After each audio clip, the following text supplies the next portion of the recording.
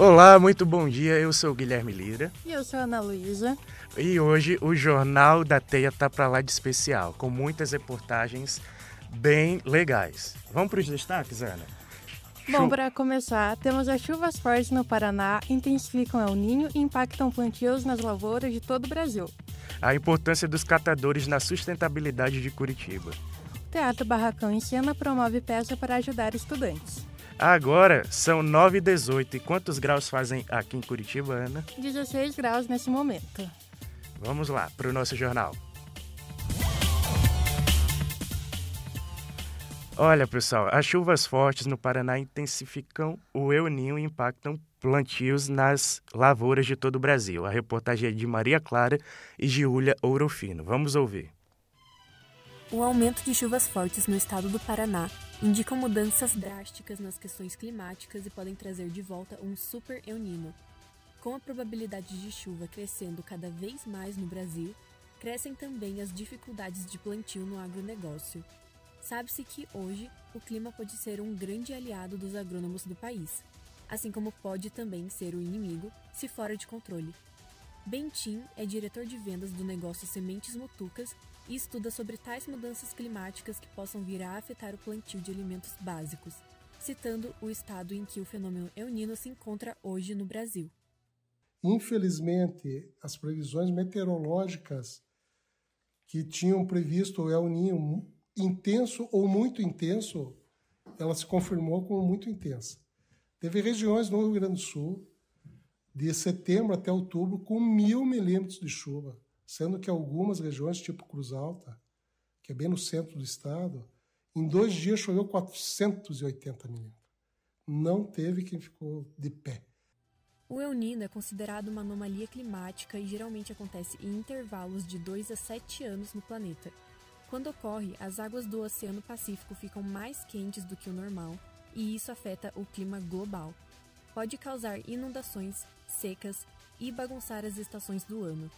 O diretor de vendas ainda se mostra muito preocupado com os dados climáticos coletados e suas mudanças drásticas em comparação com dados que seriam considerados normais. Eu estive no Rio Grande do Sul para ver justamente essa questão climática totalmente fora da curva.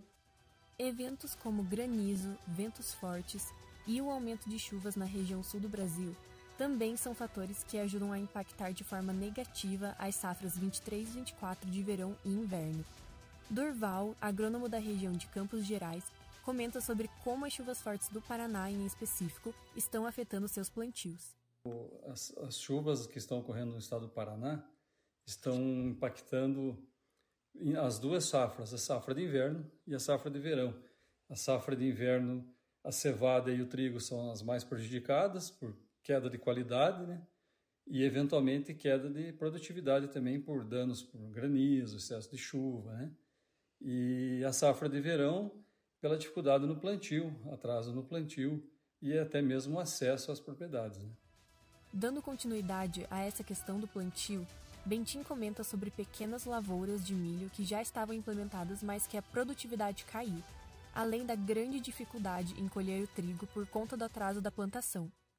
Mas a safra de inverno das culturas de trigo e cevada, na região sul, que é a grande produtora dessas culturas, está totalmente comprometidas e nada definido. Mas escutei no Gaúcho o seguinte, assim, o que não está ruim está péssimo. Além disso, por conta ainda do fenômeno El Niño, nas regiões norte ocorre o contrário, falta de chuva e muita seca, o que também fará com que muitas lavouras dessa região tenham que replantar diversos alimentos. Por isso é uma questão tão delicada de se lidar por ter efeitos tão radicais, mesmo se tratando do mesmo tema. O site meteorológico CIMEPAR confirma que altas temperaturas e umidade continuam presentes no estado do Paraná, e a quantidade de chuva permanece estável, podendo ser o indicador de que irá diminuir até o mês de dezembro. Porém, de acordo com Bentim, apesar de muitas complicações, lavouras que foram implementadas de soja e que conseguiram plantar sem nenhum tipo de problema estão nos conformes e não serão afetadas, sendo este apenas mais um dos grandes desafios que a agricultura tem de enfrentar no Brasil. Repórteres Júlia Orofino e Maria Clara.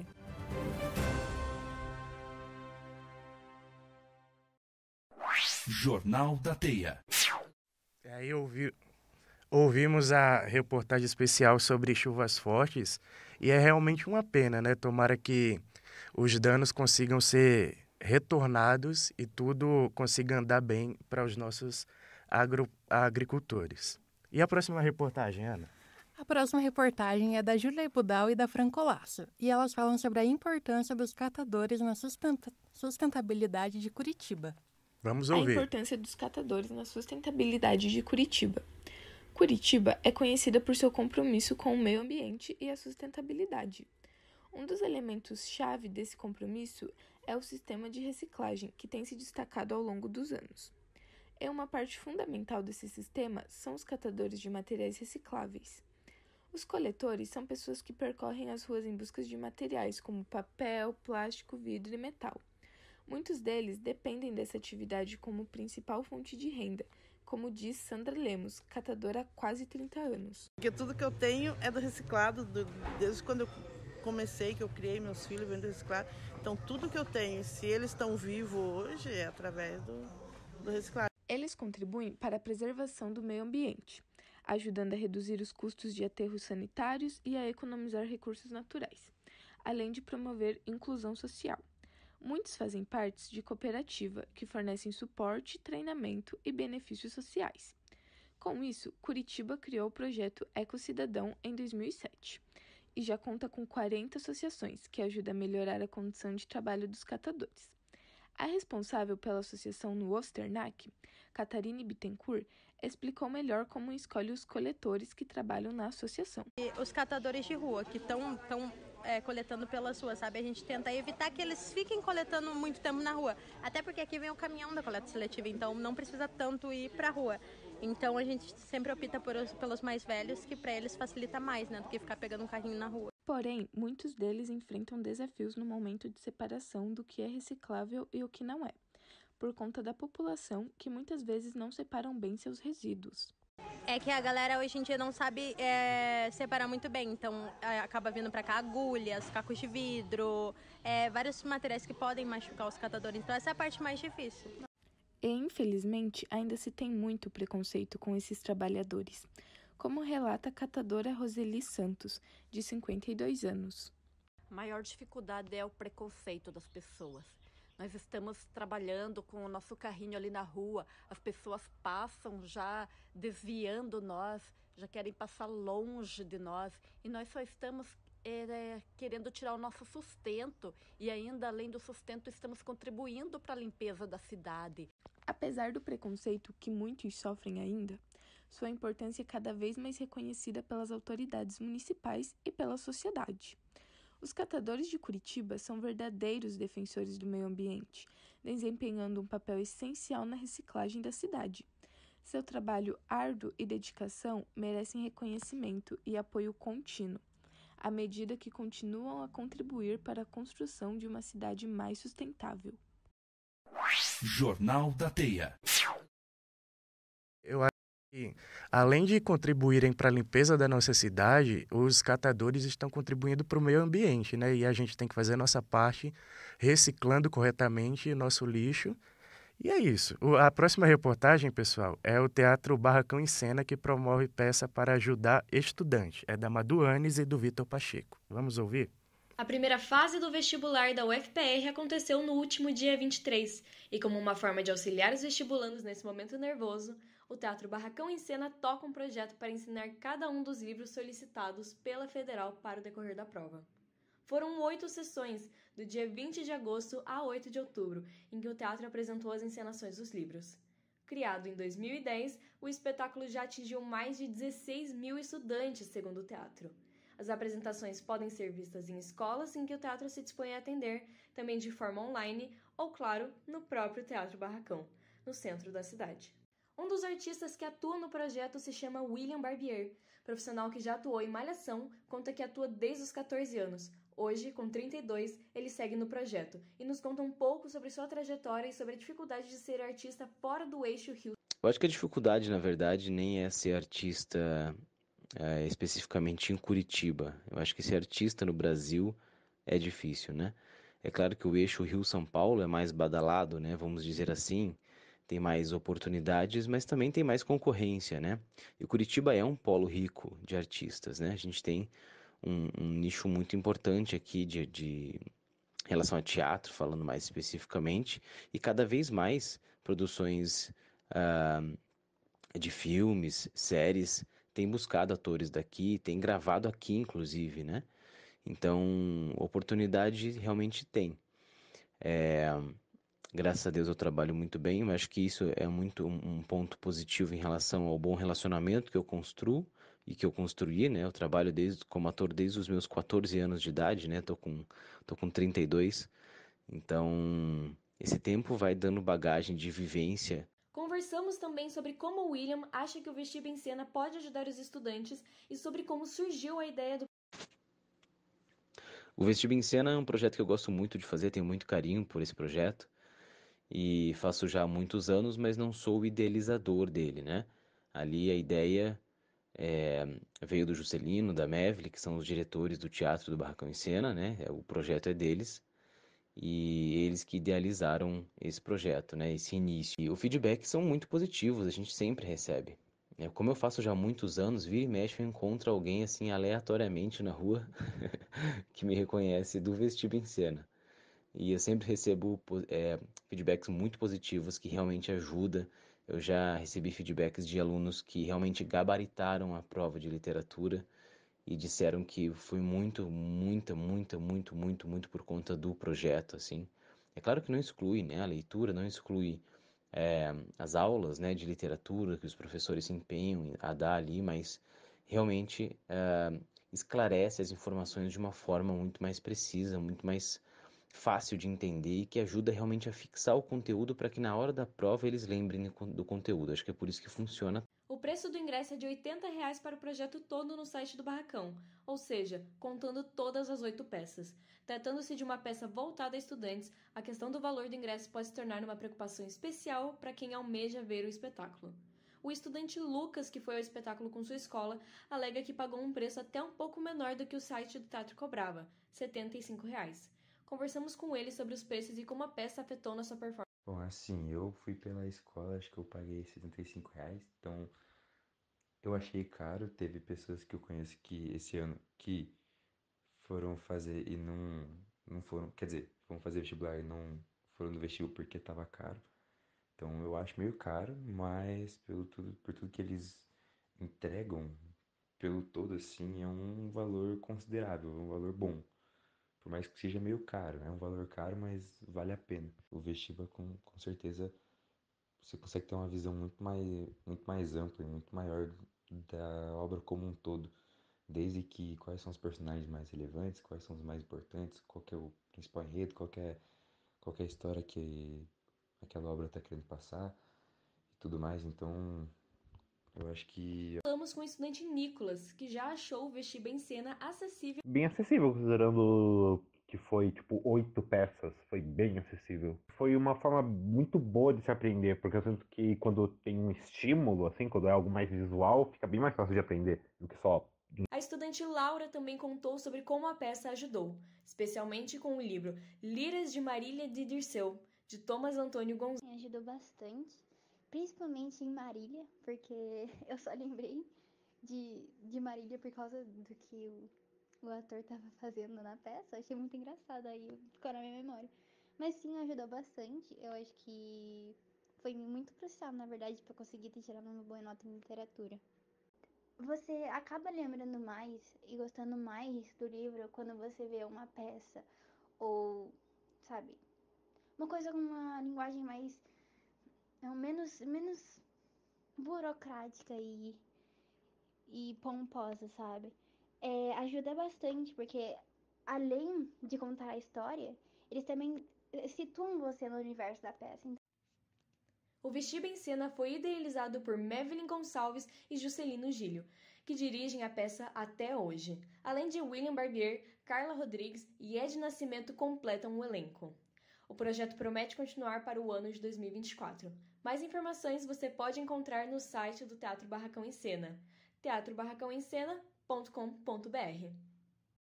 Repórter Madu Anias e repórter Vitor Pacheco. Jornal da Teia. Essa ideia, ainda mais para o estudante que já estudou o ano inteiro, já está mais cansada e tem a oportunidade de ir numa peça. Para livros são obrigatórios para o vestibular, né? Então é muito legal essa atitude do Encena. E ver os bastidores da preparação, né, de cada um. É bem bacana. Agora a gente vai para um dos espetáculos musicais gratuitos mais famosos do Brasil, que desperta o clima natalino dentro de todos que têm a oportunidade de assisti-lo. Conheça o Natal do Palácio Avenida. Reportagem de Sara Zonta, Laura Melissa e Isabela Sofia. Um dos espetáculos musicais gratuitos mais famosos do Brasil, que desperta o clima natalino dentro de todos que têm a oportunidade de assisti-lo. Conheça o Natal do Palácio Avenida. A contagem regressiva para o Natal já se iniciou. As ruas estão sendo enfeitadas e os principais pontos da cidade decorados, deixando o clima natalino mais presente na vida dos curitibanos. Curitiba é símbolo nessa época do ano pela programação especial que a capital recebe todos os anos para comemorar a chegada do Natal. Os espetáculos organizados pela prefeitura da cidade são conhecidos por todo o Brasil. A emblemática apresentação do Palácio Avenida é a que mais se destaca. A apresentação transmite toda a magia do Natal para o público que lota o calçadão da Rua 15 de Novembro, mas principalmente para as crianças órfãs que se apresentam nas janelas do palácio, cantando músicas natalinas e populares. O espetáculo foi idealizado nos anos 90 por Maria Cristina de Andrade Vieira, uma das diretoras do antigo Banco Bamerindos que funcionava no local. Ela trata o espetáculo como um presente de Natal para a cidade. O conceito da apresentação sempre foi decorar o espaço com diversas luzes e colocar uma criança em cada uma das 116 janelas dos 3 andares do prédio. Logo nos primeiros anos já foi um sucesso e caiu nas graças dos curitibanos, com uma média de 15 mil pessoas de público. As apresentações acontecem há mais de 30 anos e foram adaptadas para que tudo seja feito com muita perfeição. Por trás das janelas, existe uma grande equipe responsável por encorajar e preparar as crianças. São os chamados anjos. É um trabalho totalmente voluntário e que envolve muita paixão. Thaisa Galati conta um pouco da sua experiência sendo um dos anjos. É uma experiência incrível, assim. É até um pouco difícil de escrever em palavras como é participar do projeto, né, de Natal, Anjos de Natal. Era um sonho meu até participar, e aí eu consegui participar no ano passado. E foi incrível, assim, é uma experiência transformadora.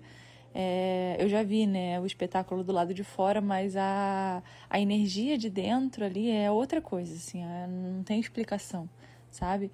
É um projeto transformador mesmo, que move quem tá ali, quem participa. A gente vai no intuito de ajudar, né? Porque é um programa de voluntariado do banco, mas acaba que a gente é mais transformado do que as próprias crianças, né, que estão ali. Então, é um sonho, é um privilégio poder participar. Até já me inscrevi esse ano, né? Não sei se eu vou conseguir ir, mas é uma experiência única e, assim, quando a gente participa uma vez, a gente não quer deixar mais de participar, entendeu? As noites de apresentação são esperadas o ano todo. Flávia Garcia, supervisora de marketing do Banco Bradesco, empresa que atualmente tem o Palácio Avenida como sede e responsável pelo evento, fala sobre a emoção de poder proporcionar este momento tão especial na vida de cada espectador e cada criança que participa.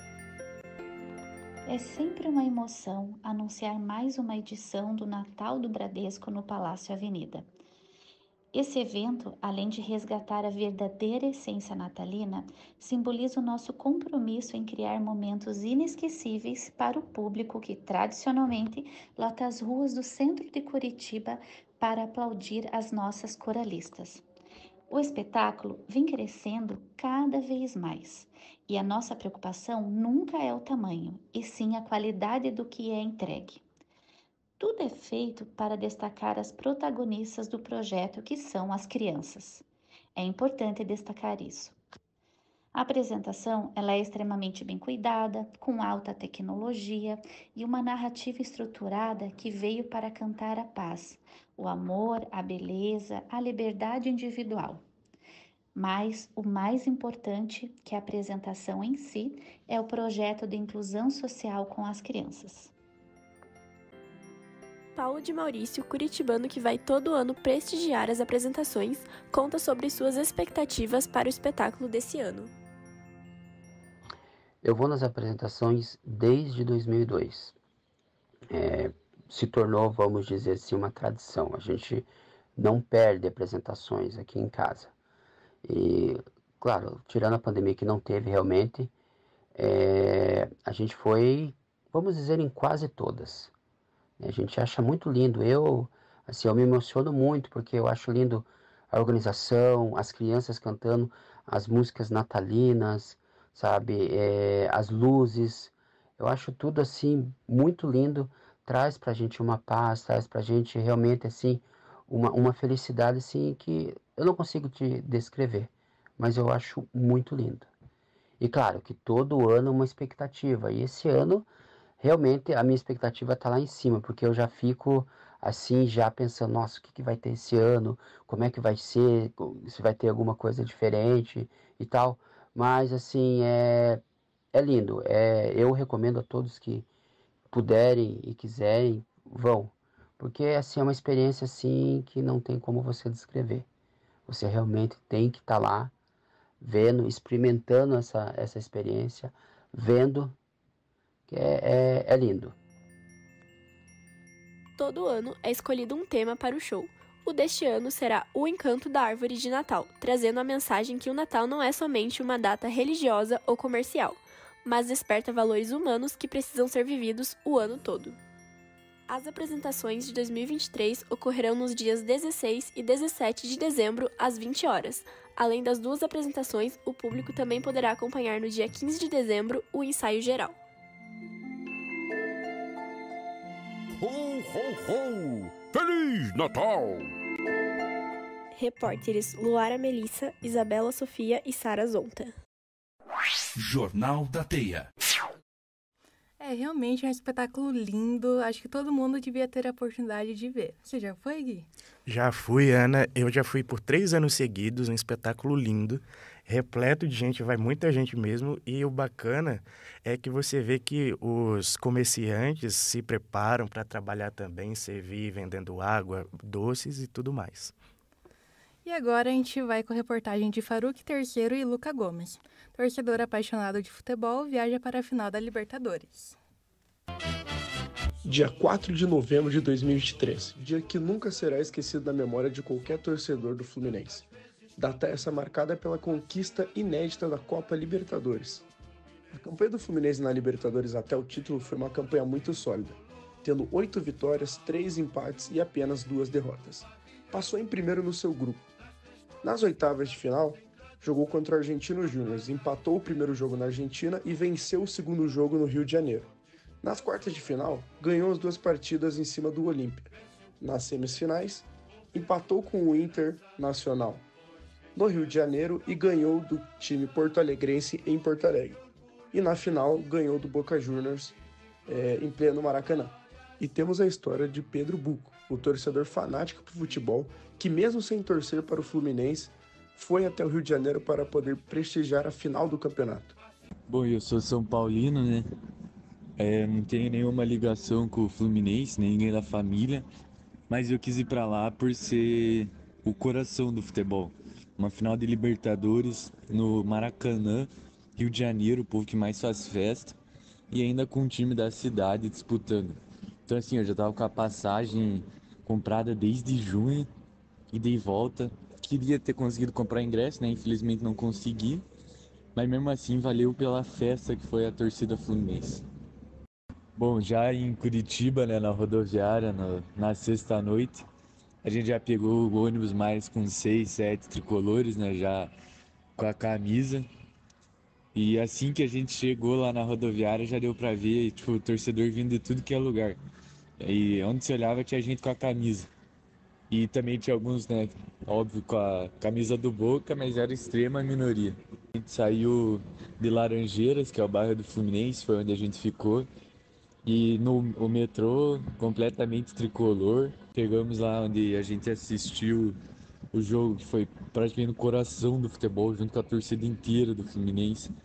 A gente chegou 11 horas e festa das 11 até 5 horas foi quando começou o jogo e daí começou junto a tensão, né?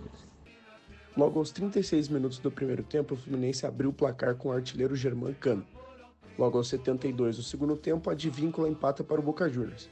E no primeiro tempo da prorrogação, John Kennedy faz o gol do título inédito do Fluminense. E na prorrogação aconteceu o gol da vida de todo mundo que tava lá, que foi o gol do John Kennedy. E ali já, um cara do nosso lado já ajoelhou no chão e começou a chorar. A gente deu pra abraçar um monte de gente. Aí no dia seguinte ao título, nada mais que esperado, né?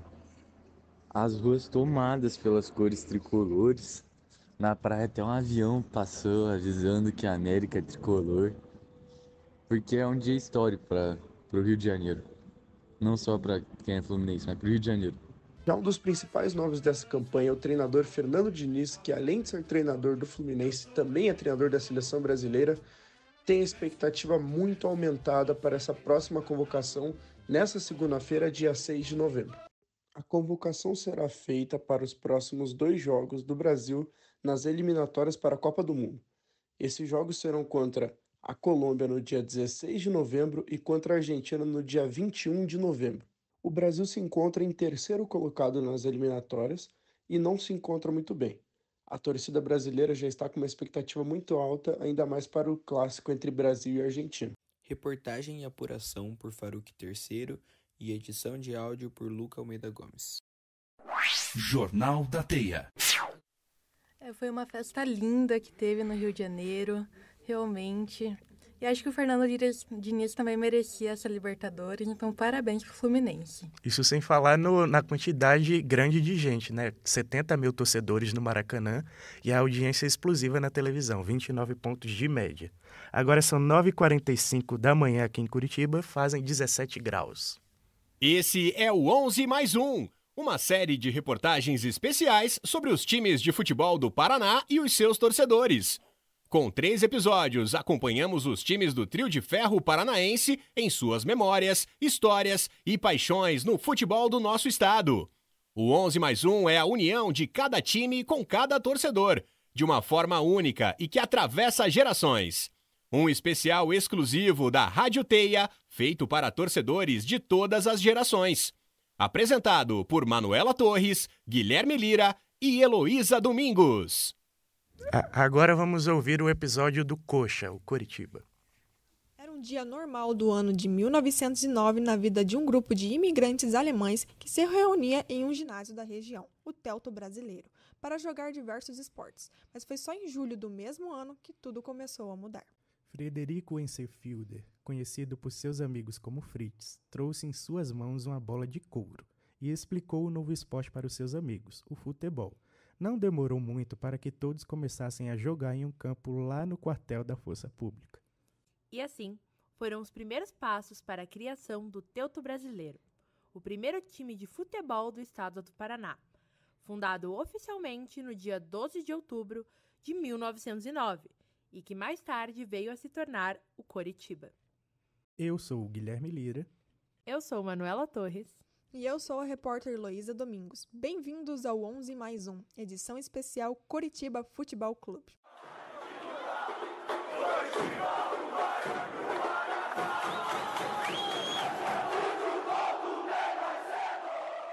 Por ser o time mais antigo do Paraná, o Coritiba segue sendo um dos mais tradicionais, tendo mais de 40 mil sócios torcedores, sendo o 13º na lista de times com o maior número de sócios, segundo dados publicados pelo portal Bola VIP no ano de 2021.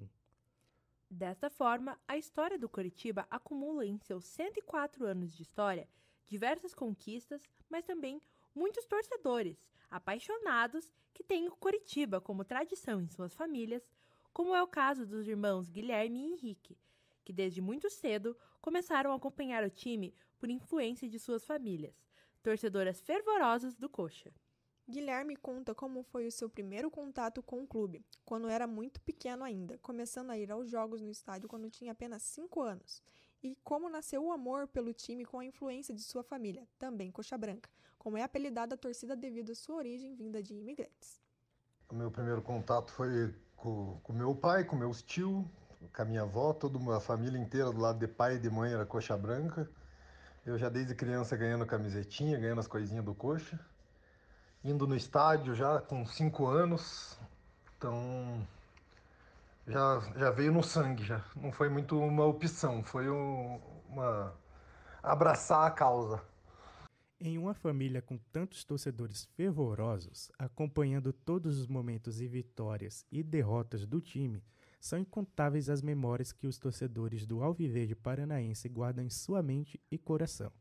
O Henrique contou sua melhor memória com o time, envolvendo o seu maior rival, o Atlético Paranaense, quando o Coritiba ganhou o título paranaense dentro do estádio do rival e a festa que seguiu a conquista.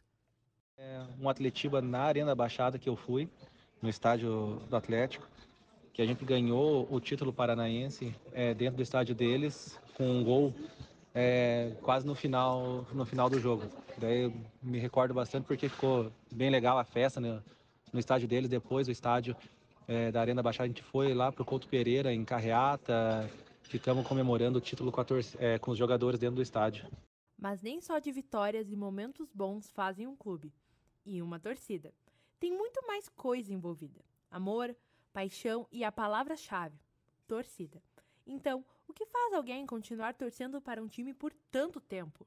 O time lazarento, cara, que faz a gente sofrer.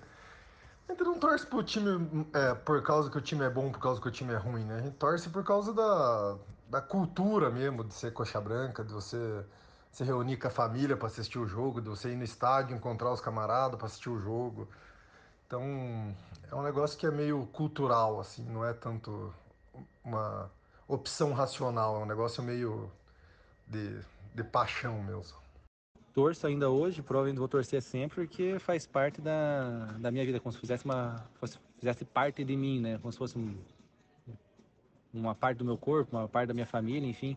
Não tem como distinguir, tirar o Coritiba da minha vida, seria mais ou menos por aí. Então, torço hoje e sempre vou torcer.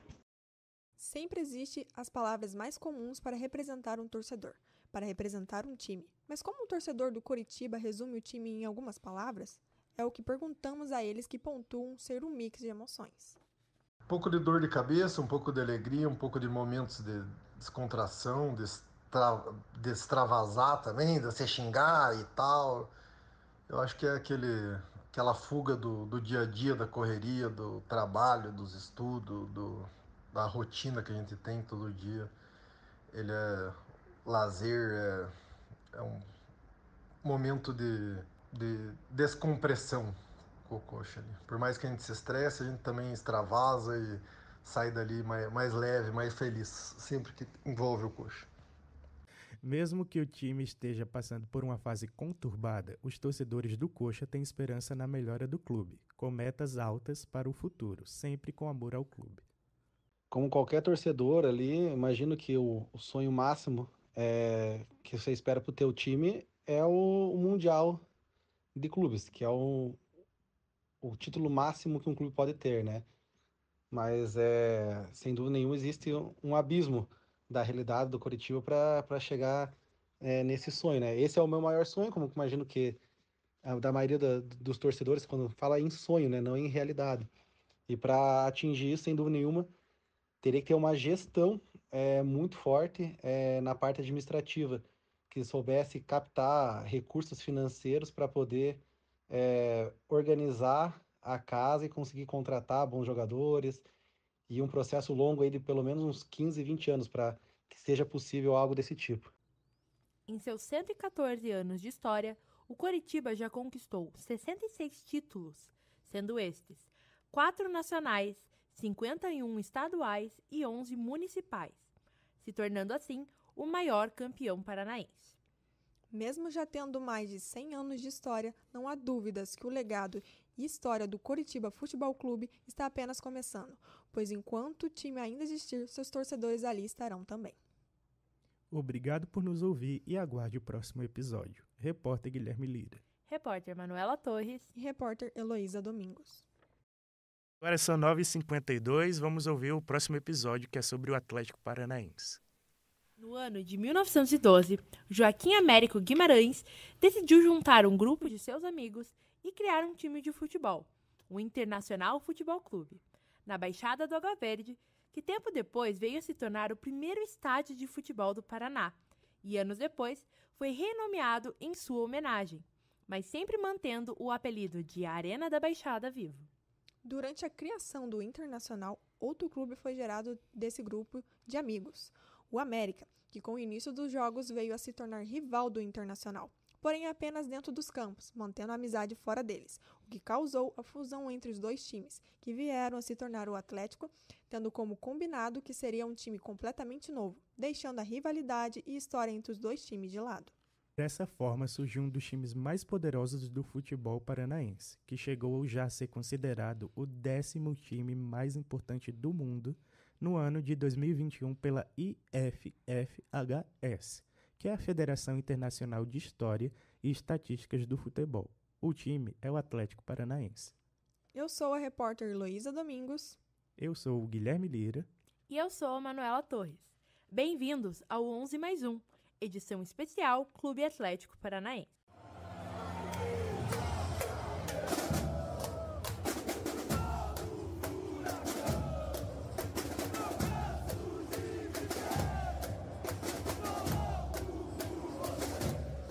Desde seu início, o Atlético Paranaense foi um time de amigos e família, e muito disso se reflete ainda hoje na história de como seus torcedores tiveram seu primeiro contato com o clube, por muitas vezes sendo algo passado por gerações, como é o caso de Franco Oliveira, que teve o primeiro contato com o time graças a seu pai e hoje seu filho também é torcedor do time rubro-negro. Bom, meus primeiros passos como atleticano começaram ainda muito jovem, por intermédio do meu pai, que torce para o Atlético desde a sua chegada em Curitiba, que foi por volta dos anos 50. Desde criança ele me levava em todos os jogos que ele ia. E assim fica fácil começar a gostar do time e seguir torcendo até os dias atuais. Em um time com tanta história, tantas conquistas, diversos são os momentos memoráveis para seus torcedores, mas alguns têm destaque maior para os atleticanos. As melhores memórias que eu tenho do Atlético, na verdade, são duas. A primeira foi quando o Atlético venceu o Flamengo, que era um super time nacional, e eu estava presente naquele jogo. Foi no Couto Pereira, teve recorde de público, uma campanha excepcional, ganhou de 2-0 o jogo, e infelizmente acabou faltando um gol para que fosse disputar a final do campeonato com o Santos. Mas foi excelente a campanha aquele ano. E o segundo, obviamente, foi o Campeonato Brasileiro de 2001. O time era muito consistente, surpreendeu principalmente na reta final, vencendo grandes clubes daquele ano, e chegou à final vencendo as duas partidas e conquistou a primeira taça do Brasileiro da história do time. Estive em todos os jogos daquele ano. Enchi os olhos mesmo ver aquele time jogar. O prêmio veio naturalmente coroando a ótima campanha daquele ano. Mas o amor no futebol vai muito além de conquistas e vitórias. Vai além dos momentos bons e é uma paixão única para cada torcedor. Franco conta como é a sua paixão pelo Atlético em algumas palavras. O Atlético é uma parte importante da minha vida. Tivemos muitas alegrias, tristezas, como tudo na vida. Mas tratamos como um membro da família. E por mais que a paixão por um time de futebol possa ter começado por influência de alguém, como no caso de Franco com o Atlético, o que mantém esse amor além da influência? O que me mantém ainda torcedor do Atlético é o simples fato do Atlético existir. Não tem como você abandonar. É uma coisa de sangue, de família, é emocionante mesmo. Historicamente sempre foi um time do povo, sempre lutou muito e na atualidade do país é um dos times que mais cresce no cenário nacional. O fato é que tem conquistado muitos títulos agora ultimamente, internacionais inclusive, acabou de ganhar uma Copa do Brasil recente, chegou em 2 finais de Libertadores da América, então é uma ascensão muito grande nos últimos anos. Impossível pensar em torcer para outro time. Ainda mais se ele continuar existindo. Apesar de ser um feroz torcedor do Atlético, Franco reconhece que algumas pessoas parecem não saber torcer e reconhecer que, como em qualquer esporte, existem seus altos e baixos. O torcedor de hoje em dia perde a paciência e às vezes até a razão com algum resultado adverso do seu time, né? Mas certamente reconhecer que nesse esporte existem altos e baixos pode ajudar no sentido de permanecer torcendo e incentivando seus jogadores. Não existe time que ganha sempre nem que perde sempre. É um esporte, somente um time pode vencer. Entendo quando o momento não é favorável e precisa repensar uma situação. Da mesma forma, quando está se apresentando bem. Futebol tem dessas coisas. Hoje estou feliz, amanhã nem tanto. Mas o Atlético pode contar comigo, sempre estarei com ele. É o time do meu coração. O Atlético atualmente tem 47 títulos, sendo estes um intercontinental, 2 continentais, 4 nacionais, 35 estaduais e 5 municipais. Atualmente está em uma das suas melhores fases, mas a sua história e legado estão longe de acabar, pois enquanto o Atlético Paranaense existir, seus torcedores ali estarão também. Obrigada a todos os ouvintes e até o próximo episódio. Repórter Manuela Torres. Repórter Heloísa Domingos. Repórter Guilherme Lira. É isso aí, vamos agora para o terceiro e último episódio dessa série especial que fala sobre o Paraná Esporte Clube. Na cidade de Curitiba existiam os times Colorado Esporte Clube e Esporte Clube Pinheiros. Ambos times muito bons, mas que juntos deram origem a uma das maiores promessas do futebol paranaense, o Paraná Clube, que em seus primeiros 10 anos de existência conseguiu vencer 6 vezes o Campeonato Paranaense. Porém, apesar de todas as vitórias, o time, que já foi considerado um dos mais ricos do Brasil, vem sofrendo uma má fase, a pior do grupo, com polêmicas, rebaixamentos, dívidas e muito mais. Apelidado de o Tricolor da Vila, em referência às suas cores e em homenagem à localização do estádio do time, a Vila Capanema, foi fundado em 1989 e é o mais novo time do trio paranaense, o Paraná Clube. Eu sou Manuela Torres. Eu sou a repórter Heloísa Domingos. E eu sou o Guilherme Lira. Sejam muito bem-vindos ao 11+1, edição especial Paraná Clube.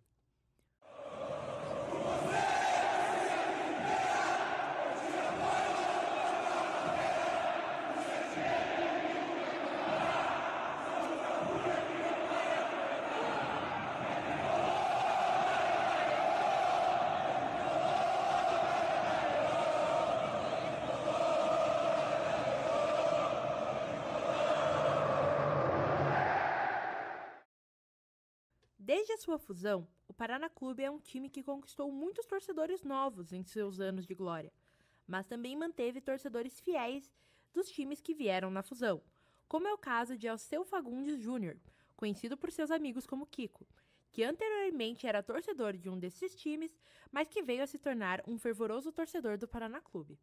O que me fez torcer por ele, o Paraná Clube, ele veio de uma fusão, né? Eu já torcia para outro time, né, dessa fusão, e a gente criou amor pelo Paraná desde 89, a paixão pelo futebol. Atualmente, o time passa por sua pior fase desde sua fundação, passando por uma série de rebaixamentos que se estende desde 2018, chegando ao ponto que, em 2022, o time chegou a ficar fora de qualquer divisão nacional e, no ano de 2023, foi eliminado da segunda divisão do Campeonato Paranaense. Mas, apesar da má fase do time, o Paraná Clube tem um passado glorioso que ainda é guardado na memória dos seus torcedores, como contou Kiko em uma das suas melhores memórias com o clube paranaense em seus anos de glória. Foi em 1992, em Salvador, que eu estava lá, né? Foi o Campeonato Brasileiro da Série B. Então eu tive a oportunidade de estar presente ao estádio e à festa que foi feita. Com a nova fase, o clube vem sendo muito criticado por seus torcedores, que reclamam de sua péssima gestão e comunicação com seu público torcedor, algo que é muito importante para o desenvolvimento do clube e busca pelos novos anos de glória. O torcedor Kiko acredita que a capacidade de conseguir criticar ações do seu time quando preciso é algo crucial na mente de um bom torcedor. Você tem que ter essa noção que o teu time não está indo bem, e quando ele está indo legal, mas é possível você colocar isso tudo em termos a fase do clube, né? E hoje a fase do meu time não é muito boa. O Paraná Clube é um claro exemplo do que é o amor de um torcedor por seu time, por apresentar uma torcida forte e fiel, que acompanha o time de forma fervorosa, como acontecido quando o time teria sua primeira partida na segunda divisão do Paranaense. Após 260 dias sem jogar e mais de 400 torcedores foram recepcionar o time com festa. Sendo assim, uma torcida fiel, que ama seu time ainda por ter esperança em seu sucesso, acreditando até mesmo na possibilidade de o time um dia voltar a seu sucesso e conquistar um campeonato mundial. Hoje, ganhar o campeonato da Libertadores e o Mundial. O Paraná Clube acumula ao longo dos seus 34 anos de existência 9 títulos, sendo eles 8 estaduais e 1 nacional. Atualmente o time não disputa nenhum campeonato estadual ou nacional. Uma das maiores dificuldades atuais do Paraná Clube se dá no quesito financeiro, com dívidas que chegam a mais de 156 milhões de reais, mas que já estão sendo... Uma das maiores dificuldades atuais do Paraná Clube se dá no quesito financeiro, com dívidas que chegaram a mais de 156 milhões de reais, algo que já está sendo diminuído graças a negociações e patrocínios. Porém, apesar das dificuldades que o time ainda vem passando, a história e legado do Paraná Clube estão longe de acabar, pois enquanto o time ainda existir, seus torcedores ali estarão também. Obrigada por nos ouvirem. Esse foi o último episódio do nosso especial. Esperamos que tenham gostado. Repórter Heloísa Domingos. Repórter Guilherme Lira. Repórter Manuela Torres. É isso aí, é bem bacana ver a visão dos torcedores sobre seus times e eles reconhecerem quando o time erra também, né? Vamos agora para a reportagem que fala sobre o investimento ou falta dele no futebol feminino paranaense. Ela é a reportagem da Isabela Sestari e da Ana Luísa. Futebol feminino é pouco valorizado no Brasil. Isso se deve a diversos fatores, como, por exemplo, a proibição do esporte. Em 1941, o presidente Getúlio Vargas assinou um decreto-lei tirando das mulheres o direito de praticar esportes incompatíveis com as condições de sua natureza. O esporte foi proibido por 42 anos e somente em 1983 a modalidade foi legalizada devido à luta de jogadoras. A proibição tem reflexos negativos até hoje, como o pouco incentivo e a falta de investidores. Enquanto os times masculinos recebem grandes somas de dinheiro em patrocínios e direito de transmissão, as equipes femininas lutam para obter financiamento, o que afeta a qualidade do treinamento e as condições de jogo. Além disso, a baixa remuneração é um problema significativo. De forma tardia, o futebol feminino no Paraná vem ganhando espaço nos últimos anos, com equipes locais se destacando em competições nacionais e estaduais. Além do Atlético Paranaense e o Coritiba, outros times também têm investido na formação de times. Além disso, a seleção paranaense de futebol feminino tem representado o estado em torneios regionais e nacionais, demonstrando o potencial das jogadoras da região. O time feminino do Furacão teve seu começo em 2018, em uma parceria com o Foz Cataratas. O time surgiu graças a uma exigência da Conmebol, de que todo time que participar da competição continental precisa de uma equipe de mulheres, regra vigente desde 2019. Em 2020, o Atlético acabou com a parceria e assumiu de vez o time feminino. O clube oferece as melhores condições possíveis para suas atletas, mas o salário ainda é muito baixo, não chegando nem perto do time masculino. Algumas jogadoras precisam de um trabalho secundário porque não têm condições de se sustentar apenas pelo futebol. Mesmo com o progresso do time, a Federação Paranaense ainda deixa a desejar, demorando para liberar calendários e agendando jogos em gramados sem condições de jogo. A jogadora do Atlético, Beatriz Teixeira, falou sobre a situação dos gramados. A federação, eu não sei o que acontece com ela, assim, ela demora para lançar calendário, quando lança vai ser tudo aqui em Curitiba, Paranaense, que já está tendo, e colocaram o primeiro jogo num campo que não poderia colocar. Não tem como jogar lá naquele campo, tipo, a gente jogou, mas, cara, para as meninas profissionais, cara, não tem como, não tem condições. Para os caras, eles não colocariam num campo desse, mas o feminino colocaram. Então, isso eu já acho triste, assim, sabe? Já o Coritiba começou a investir no futebol feminino como parte de uma tendência crescente de clubes brasileiros de futebol estabelecerem equipes femininas para participar de competições nacionais e estaduais. Em 2020, o time do Coxa subiu para a Série A e montou um time feminino que no ano seguinte foi encerrado após o rebaixamento do Coritiba.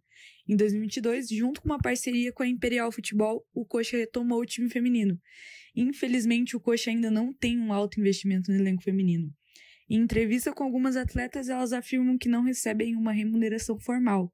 A ex-atleta do Coritiba, Emily Brinker, conta que deixou o clube por questões financeiras. A pior parte do feminino é isso, porque eu parei de jogar por causa disso, né? A gente recebia uma ajuda de custo, assim. Claro, tem meninas que recebem mais, tem umas que recebem menos, né? Tipo, isso é normal. Mas pra mim já não tava valendo a pena mais, porque, né, eu treinava de segunda a sexta e eu recebia, tipo, uma ajuda de custo que ia tudo pra eu ir treinar, entendeu? Então eu não tinha retorno nenhum, né, pra isso. E é complicado você trabalhar e não ter o retorno, né, que você precisa. A fisiologista do time feminino do Coxa, Maria Zornin, também ressaltou sobre essa questão da remuneração e falou sobre o auxílio das federações. Eu acho que o ponto que mais pega é que muitos dos times da Série A, hoje em dia, montam um time feminino só porque agora virou lei, né? E eles meio que vão empurrando com a barriga, no caso isso em questão de investimento, né? Da remuneração. Que a gente consegue ver que muitas atletas, elas desistem desses sonhos delas, de serem atletas, por falta de remuneração. E isso é muito triste, né? As federações, elas tratam o futebol feminino com muita desigualdade. Eles pegam e colocam as meninas para jogar em campos que times profissionais mesmo não têm um suporte, né? Não conseguiriam jogar. Os times paranaenses ainda têm muito para evoluir e para isso podem usar como referência o time feminino do Corinthians, que acreditou no projeto e hoje colhe os frutos. Arthur Elias, ex-técnico do clube e atualmente na seleção brasileira, ficou no comando do time por 8 anos. Conquistou 5 campeonatos brasileiros e 3 Libertadores. O Corinthians é a prova que, com investimentos, o futebol feminino pode sim chegar longe. A paixão dos paranaenses pelo futebol se estende ao cenário feminino, e a expectativa é que o esporte continue a crescer e receber mais atenção e apoio no futuro. Repórteres Isabelle Sestari e Ana Luísa Vicente. Jornal da Teia. Realmente falta investimento, falta muita coisa ainda para evoluir, mas acho que o Corinthians, principalmente, é um exemplo que dá para chegar lá. Ainda não está no mesmo nível que o masculino, mas dá para chegar. E o futebol feminino tem a sua relevância também, né? E importância. Vamos para a ficha técnica? Bom, agradecimento aos nossos repórteres Maria Clara Taques e Júlia Orofino, Júlia Budal, Madu Anes e Vitor Pacheco, a Sara Zonta, a Luara Melissa e a Isabela Sofia, Faruque Terceiro, Luca Gomes, Guilherme Lira, Heloísa Domingos, Manuela Torres, a Isabela Sestari e a Ana Luísa. Aos nossos produtores Faruque Terceiro e Sara Zonta, ao operador André Ambonati e ao coordenador do curso Felipe Armata. Obrigado por nos ouvirem. Até aqui, o Jornal da Teia está acabando e até a próxima.